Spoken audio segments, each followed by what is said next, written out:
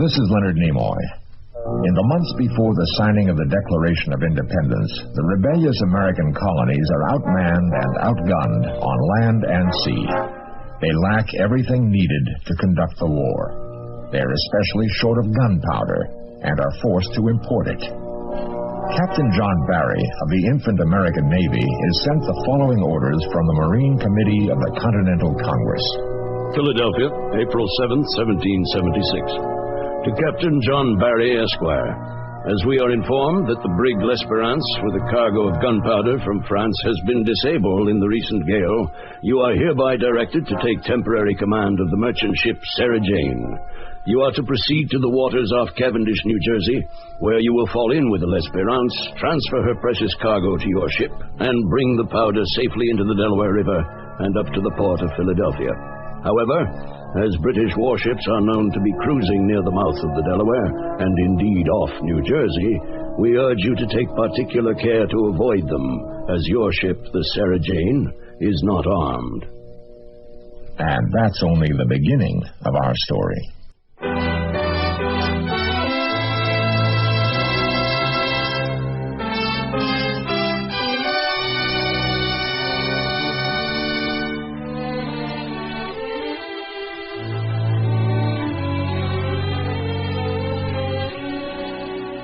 Mutual Radio Theater, a new adventure in radio listening. 5 nights of exceptional entertainment every week. Brought to you in Elliott Lewis's production of the Mutual Radio Theater. Our story, The Powder Ship, by Robert Ellis. Our stars, Arthur Hill, Len Berman, and Peggy Hazard.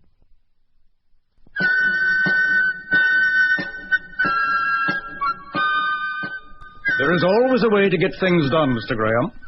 John Barry was born in Ireland to a family of sturdy farmers. But life there was full of privation, and at the age of 10, he was forced to go to sea.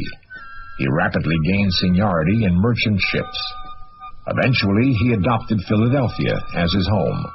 And in 1775, as the difficulties between Great Britain and her American colonies turned into open revolt, he sought and won a commission as captain in the new American Navy. I expect this cruise will provide a young naval officer with many opportunities for advancement, Captain Barry. Lieutenant Donald Graham's history was almost the exact opposite. He came from the landed gentry of Virginia and grew up with every luxury. It was probably inevitable that there would be friction between the two men from the beginning. We are fortunate to have Lieutenant Graham's private journal, in which he kept an informal record of the events of his first cruise. Our passage down the Delaware River from Philadelphia was slow and awkward. The crew had begun to discover the peculiarities of our ship, the Sarah Jane, and no one was pleased with her. It was not until we had rounded Cape May and were heading generally northeastward along the New Jersey coast that Captain Barry had a chance to speak to me other than about ship's business. A good following breeze was pushing us toward the area where the powder ship should be found, and the captain and I were together on the quarterdeck. You have come with high recommendations from certain members of the Marine Committee, Mr. Graham. But I'm bound to tell you that your family's friends in Congress will not help you on board my ship. I intend to prove myself to you, Captain Barry. Time will tell on that point. I believe that you've done some sailing in Chesapeake Bay, small sloops, luggers, that sort of thing. Yes, sir. Better than nothing, I suppose, but I'd frankly prefer my lieutenant to have seagoing experience. Our present cruise will barely take us out of sight of land, sir. I was also told that you are independent and inclined to speak your mind. Those qualities may prove to be of doubtful value in a junior officer. Yes, sir.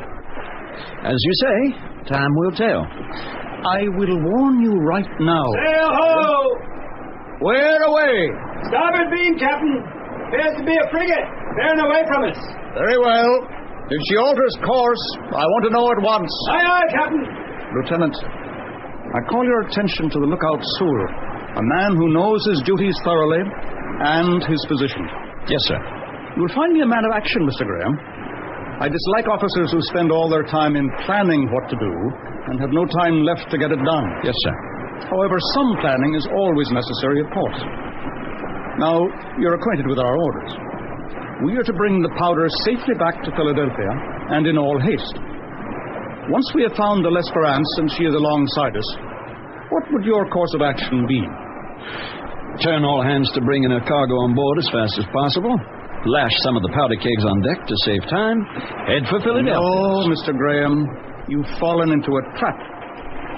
Speed is important, but so is safety. Yes, Captain. However... This is not lumber or dried fish. This is gunpowder. And you want it out here on deck for every British ship to see? We've no guns on board larger than a musket, and the Sarah Jane is slow and cranky. We cannot defend ourselves, and we'd be hard put to outsail a sea turtle. I see my error, sir. I'm glad you do. I'm also beginning to see the problems that lie ahead. Only a few of them, I fear, Mr. Graham. Captain Barry went over to consult with the helmsman, and I strolled to the larboard rail. I found myself unintentionally overhearing a conversation between two crewmen below me on the main deck. Captain Barry and the lieutenant don't get along so good, do they, Josh? Old Graham will come around sooner or later, Benny. He's new and he wants to advance. And he's lucky to serve his first cruise under Captain Barry. You've been with the captain a long time, ain't you? Yep, since 72. And we made trading voyages to the West Indies.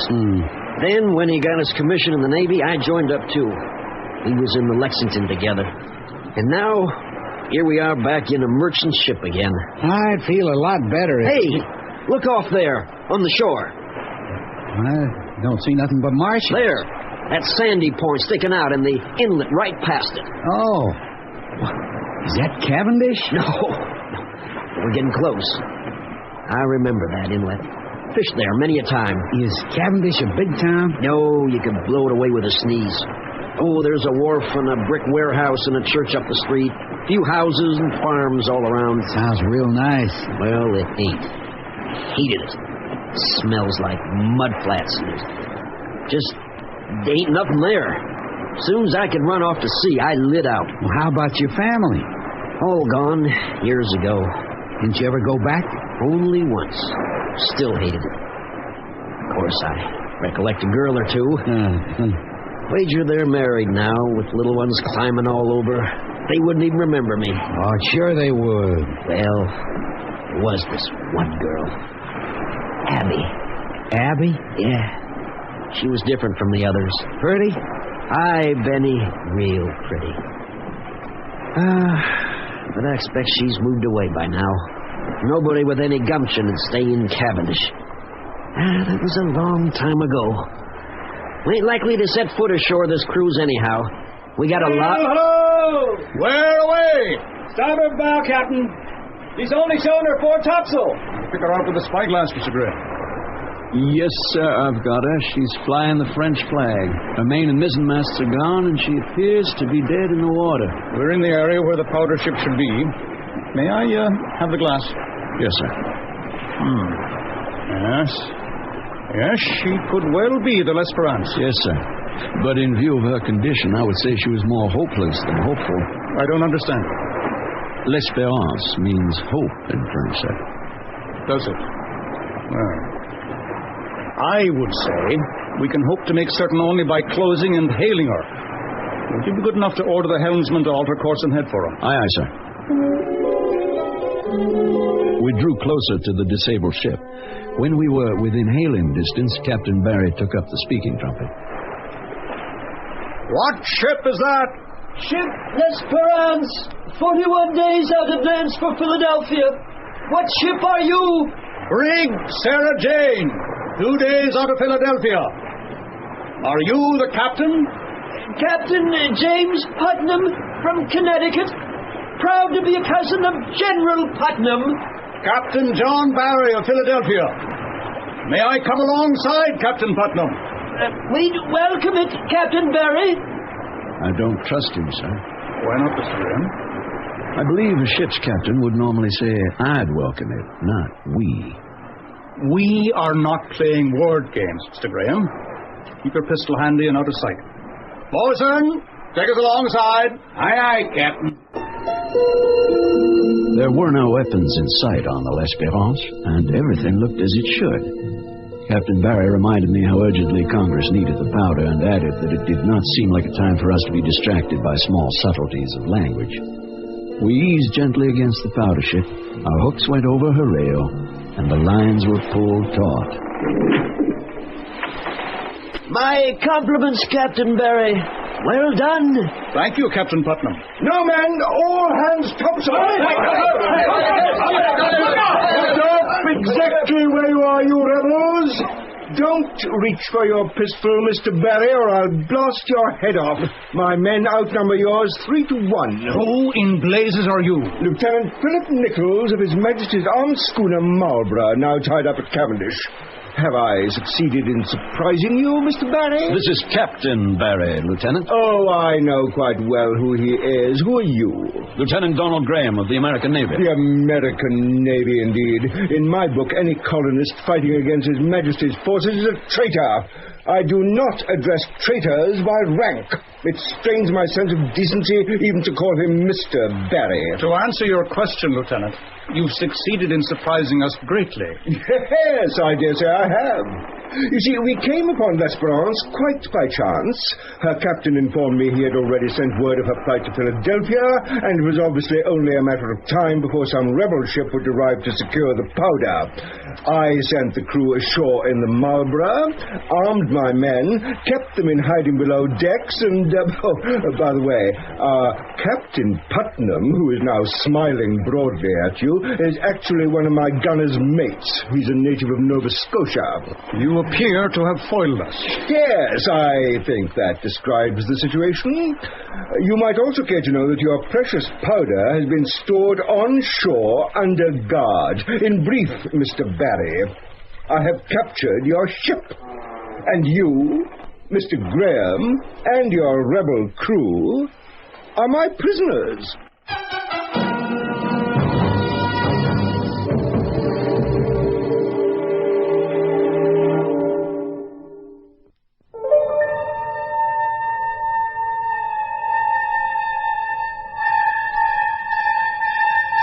During the American Revolution, the British Navy operated freely along the Atlantic coast.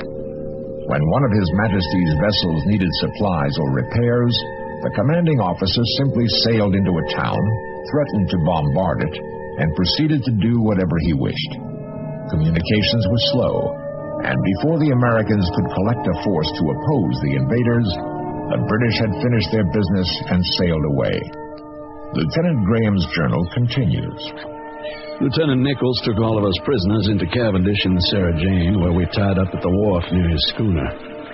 Captain Barry and I stood on the quarterdeck with Nichols while armed British sailors herded our crew down the gangplank below us and into town. A small crowd of local citizens gathered to watch. Move along there, you rebels! Hurry it up! What do you think they're going to do with us, Josh? I wish I knew, Benny. You think they'll put us in jail? Most likely. For all of me, the whole town's a jail. Get lively there! Oh, shut up. Josh Watkins. Who? Abby! I can hardly believe it. There she is, Benny. She's the one I told you about. Abby! Oh, Josh, please let me by. Josh, are you all right? Of course I'm all right. Takes more than King George's Navy to hurt a good Jerseyman. Move along! Oh, it's so good to see you. I thought I was in Out of the way, miss. Get your hand off her arm. Stop, you bloody rebel! Keep those prisoners moving, Harrison. Aye, Lieutenant. Go along now. Move. Lieutenant Nichols, his voice full of sarcasm, welcomed Captain Barry and me to Cavendish. Then he announced that he owed us an apology. Yes, Mr. Barry. You see, I've commandeered the local jail. It will serve until I decide what to do with you. But I fear you'll find its facilities rather limited. In fact, you and Mr. Graham will be locked up in the same cell with your men. I'm so sorry. Aren't you taking chances, Lieutenant? All your prisoners in one place. Oh, I hardly think so. The jail may indeed be small, but it's strong as a fortress. There isn't a chance in hell that you can break out. That night, although we didn't learn the details until later, our jailer had a visitor.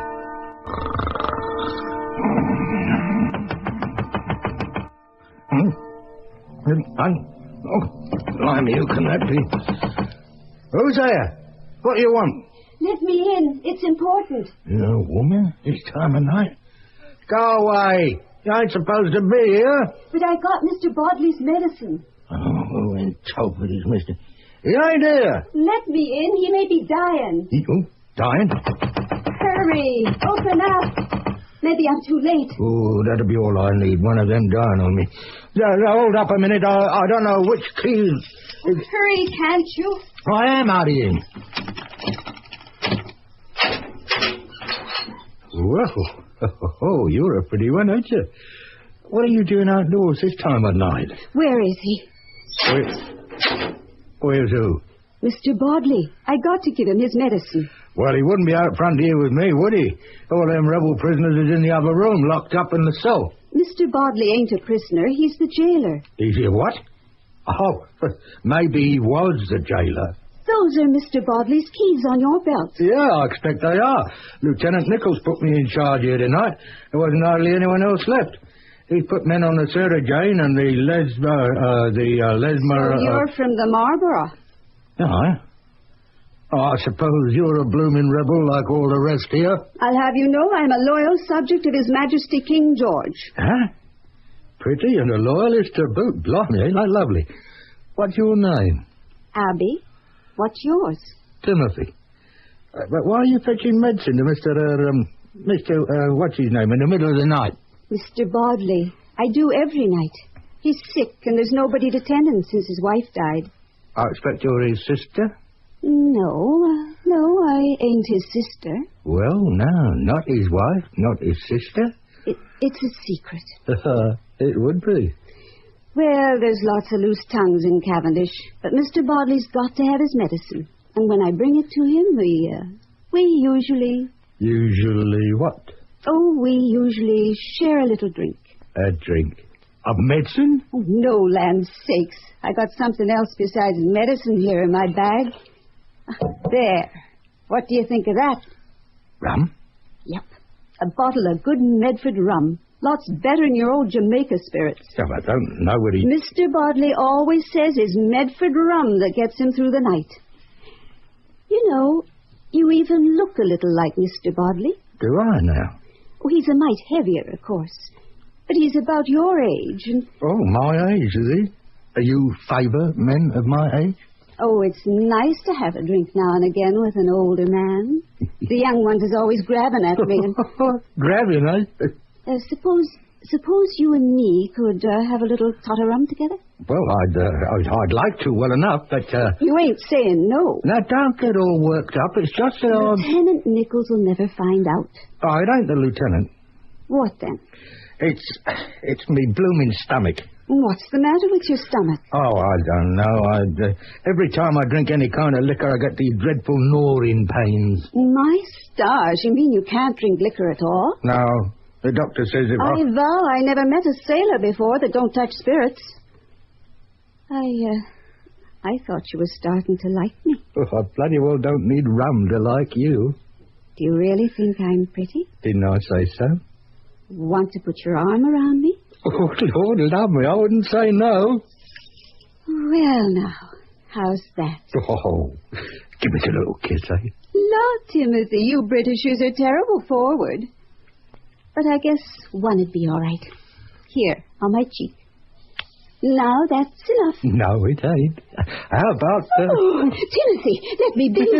Oh, great blazes.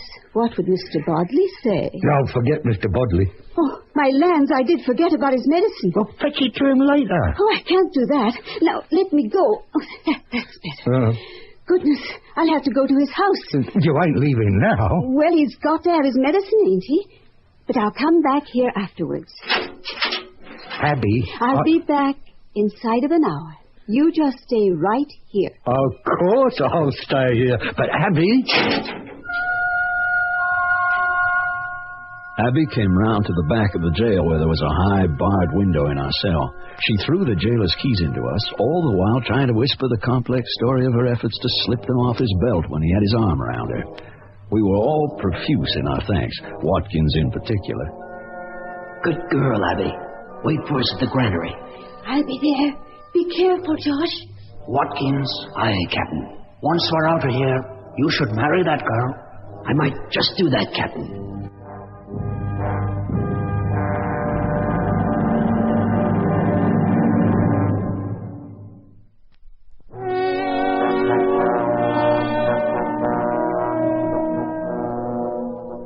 the Americans have escaped safely from the Cavendish jail and have met with Abby at the granary.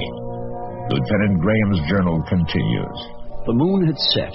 From the window in the granary, we could just make out the wharf where Nichols's armed schooner Marlborough was still tied up on one side and our poor old Sarah Jane on the other. There was no sign of the disabled L'Espérance. Captain Barry questioned Abby about Lieutenant Nichols and his men. She told us that the British forces were divided among all three ships. Oh, and he's got a couple of men at the warehouse with the powder, too. Which ship is Nichols himself on, Abby? None of them, Captain Barry. He took some men and went out to get provisions. Out? You mean out of town? Yes. By all the saints, he's a confident devil. He's got his crew spread all over the Jersey coast, and he's away hunting turnips. Beef, Captain. Our work is laid out for us, sir. That it is, Mr. Graham. Now, Nichols will have the largest group of his men still on the Marlborough, I expect. We'll have to deal with them before we can do anything else. In order to avoid his mistake, Captain, perhaps we should keep all our men together. Capture the Marlborough first and then retake the Sarah Jane. There's also the powder, Mr. Graham, which we were sent here to get. If we attempt two ships and the warehouse one at a time, it'll take too long. We've less than 6 more hours of darkness, I should say, and we don't know when Nichols may come back. Watkins? Aye, Captain. Can we see the warehouse from here? Aye, Captain. It's that brick building that faces the stern of the Marlborough. It's got a lantern at the door. I see. Mr. Graham. Yes, sir. Choose 4 men and overpower the guards at the warehouse. And don't make a sound. Stay there until I send word to you. Aye, aye, sir. Turn out the lantern to let me know when you've succeeded. I'm heading for the Marlborough. My detachment took care of the guards at the warehouse in short order. Captain Barry's work was considerably more complicated, as he told me afterwards. He carefully reconnoitered the wharf and the ships, and returned to the men in the granary with a plan of action fully prepared. There's one man with a musket on the wharf at the foot of the gangplank to the Marlborough, and 2 men on deck at the head of the gangplank. There's no one in sight anywhere else. Bosun? Aye, Captain. I want you and Sewell here to climb up over the stern of the Marlborough and make your way forward till you're hidden just behind those 2 men at the gangplank. Aye, aye, Captain. When I give the signal, we'll move together. Watkins and I will take care of the man on the wharf. You and Sewell will overpower the men on deck. Pick up belaying pins for weapons. There must not be a sound. Aye, aye, Captain. The rest of you men will stay here in the granary till I send for you. If anything goes wrong, it's every man for himself. Are the 2 of you ready, Bosun? Aye, Captain. Go ahead. Good luck. And to you, Captain. Very quietly, Watkins and Captain Barry made their way to the wharf. They found a great many casks and bales stacked about and were able to keep hidden behind them nearly the entire distance out to the gangplank. The captain made a sign to Bosun and Sewell, who were in position on the Marlborough, and the 4 Americans poised themselves to jump on the unsuspecting British sailors. Any sign of life on the Sarah Jane, Watkins? No, Captain. All right. Our man is looking back toward town. Now he's looking down. You think you can keep him quiet, Watkins? I'm sure I can, Captain. I'll grab his musket. So the next time he looks out to sea... Now! Go, Bosun. Go, Watkins.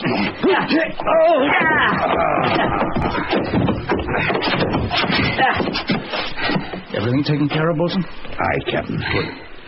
Here, Watkins, let's hide this fellow under the gangplank. Come on. Aye, Captain. Now, take the musket and pretend that you're on duty here. I'm going on board. Aye, aye, Captain.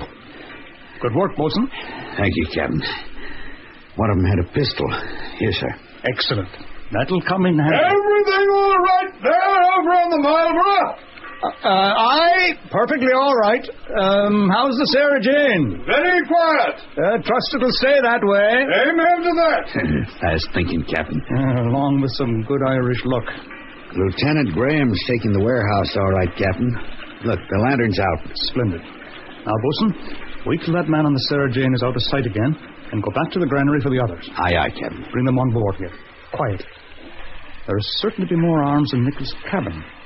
We'll round up the men below decks here and take care of those on the Sarah Jane. And then we can start loading the powder. Oh, it'll be a pity, Captain, to leave the Marlborough behind when we go. But we're not going to, Bosun. We're going to bring the powder on board here. We're taking the Marlborough to Philadelphia.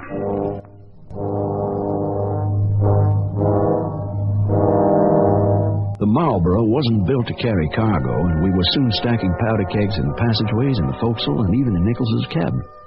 When less than 10% of the powder still remained in the warehouse, I reported to Captain Barry that we would have trouble finding space on board even for that little. We'll make room for it, even if we have to rip out the bulkheads and heave the ship's stores over the side. Bosun. Aye, Captain. Bring all hands back on board. On the double. Aye, Captain. There's always a way to get things done, Mr. Graham. Well, the sun's up, and still there's no sign of Lieutenant Nichols. No, sir. Watkins. Aye, Captain. Load our stern guns. I want a gunner with a lighted slow match at each one. Aye, Captain. I wonder how many men Nichols has with him. 3 or 4 at the most, I should think. The rest of his crew is securely locked up? Yes, sir. In the hold of the Sarah Jane. Whose idea was that? Mine, sir. Ingenious. Your work in capturing the warehouse was also well done. Thank you, sir. But it was only a small part of our whole operation. Patience, Mr. Graham. You have plenty of time for still greater glory. I meant only... What the... Hold it! Right there, Barry! Look! In front of the warehouse. It's Nichols. I have sharpshooters aiming at you from both sides, Barry. That first shot was only a warning. The next shots will be the death of you.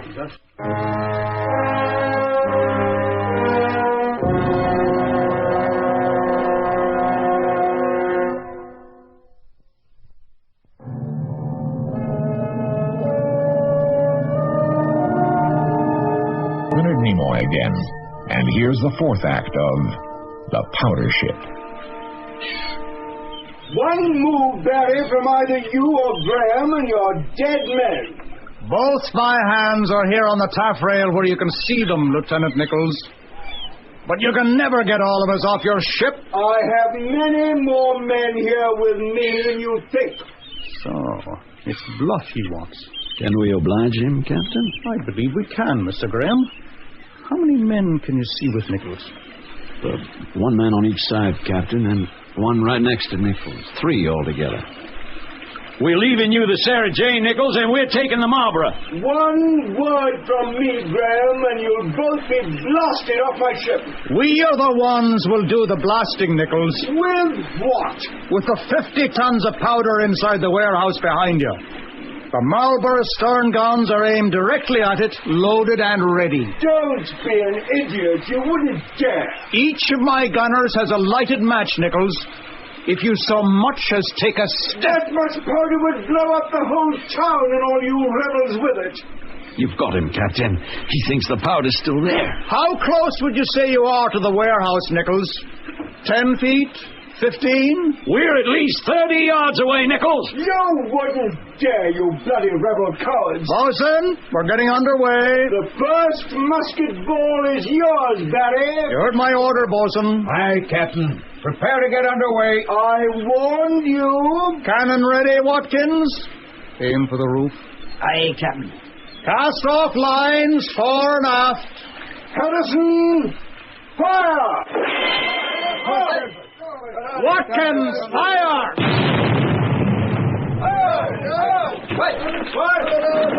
You're insane, you kill us all! Set main and fore courses. That was just the upper corner of the warehouse, Nichols. The next shot will smash through the center door right behind you. Damn you, Barry! You've lost your ship, Nichols. You'll never get away with this. You'll hang, Barry. They'll track you down and hang you. We've done it, Mr. Graham. Yes, Captain, we have. Nichols really looked... Good Lord, what happened to your arm? It's bleeding. Doesn't amount to anything. Did that musket ball hit you? It hit the taffrail, but the ricochet... Here, let me look at it. No, really, Mr. Graham, it's nothing. Don't you realize we have our powder, most of it, and we've captured His Majesty's armed schooner, Marlborough.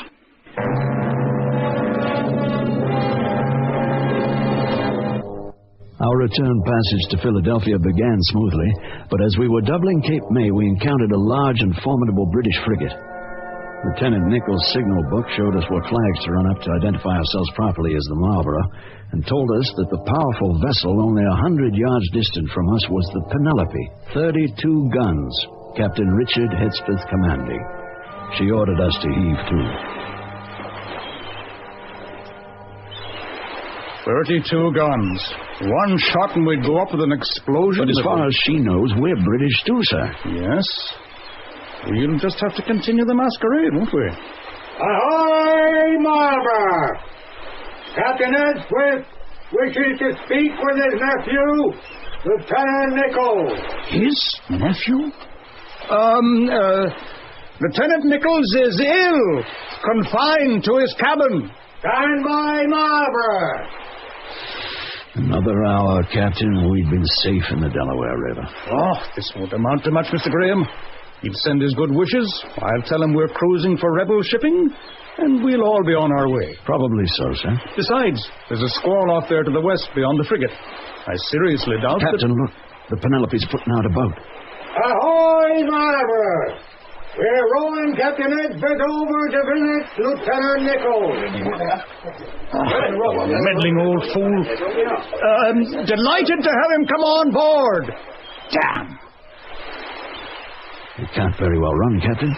No. I'll have to stay below out of sight, Mr. Graham. This bandage on my arm would beg too many questions. It'll be up to you to deal with Captain Hedspeth. Yes, sir. Perhaps I could pose as Nichols' bosun. Yes. Yes, Mr. Graham. Capital scheme. Have Sewell hunt up a uniform for you. Oh, what about the men? A ship this small, British sailors dress pretty much the same as ours. They look all right. Delay Captain Hedspeth until that squall is closed. He'll probably want to get back to his frigate before the storm hits. Now get below and change clothing. Aye, aye, sir.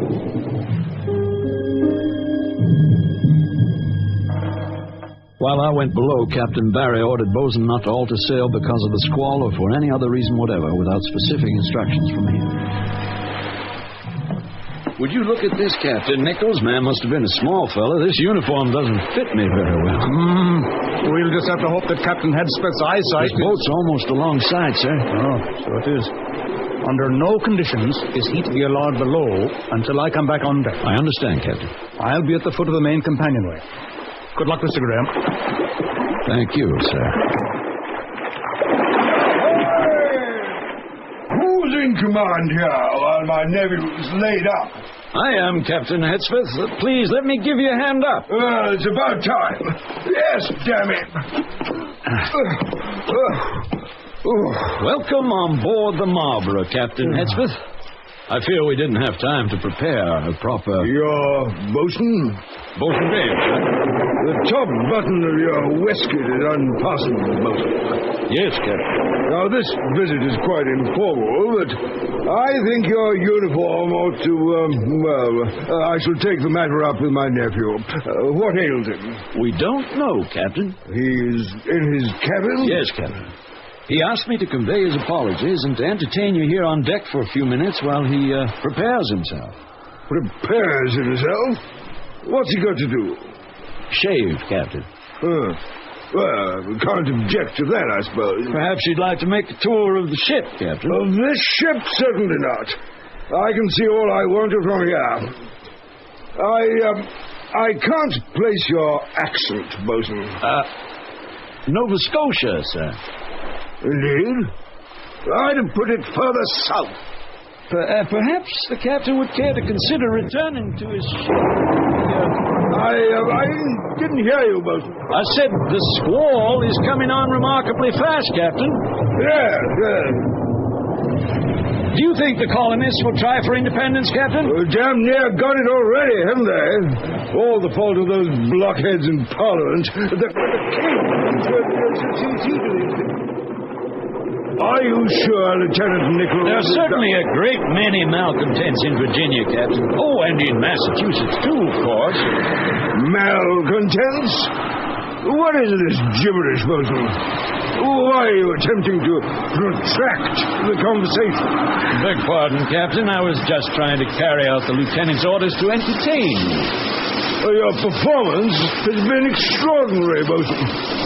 However, I'm ordering you to take down all sail now until this squall is past. And I'm going below to see Lieutenant Nichols, shaved or not.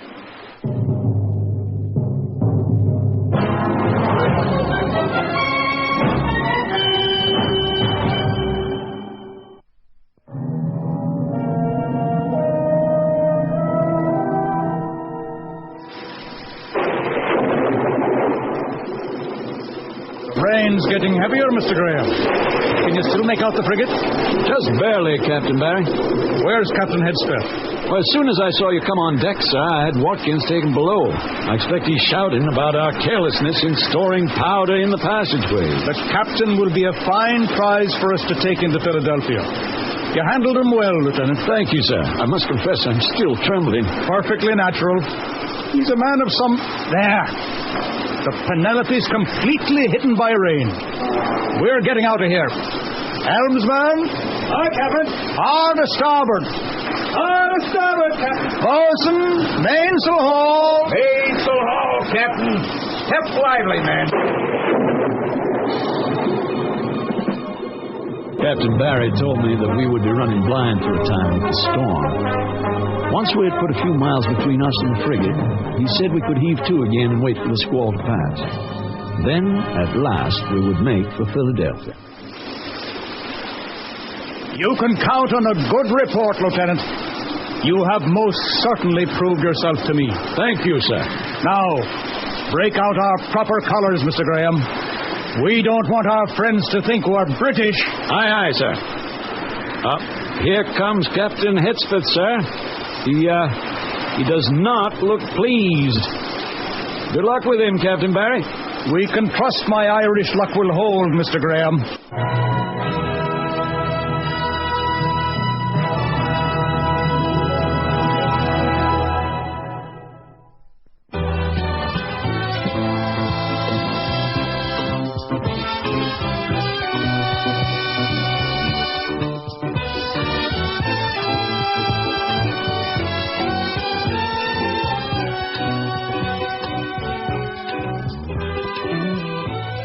The Mutual Radio Theater is brought to you 5 nights a week at this time. Tonight's original radio play, The Powder Ship, was written by Robert Ellis and produced and directed by Fletcher Markle. Your host was Leonard Nimoy. Our stars were Arthur Hill, Len Berman, and Peggy Hassard. Featured in the cast were Vic Perrin, Tommy Cook, Ivor Barry, Ben Wright, Jack Manning, and Richard Peel. The Mutual Radio Theater theme was composed by Nelson Riddle. John Harlan speaking. Associate Director of Mutual Radio Theater is Ken McManus. Sound effects were created by Bud Tollefson. Mark Trella is Production Supervisor. Recording Engineer Hal McDonald. Music Editor Lee Ringette. The Elliott Lewis production of Mutual Radio Theater is a presentation of CVI.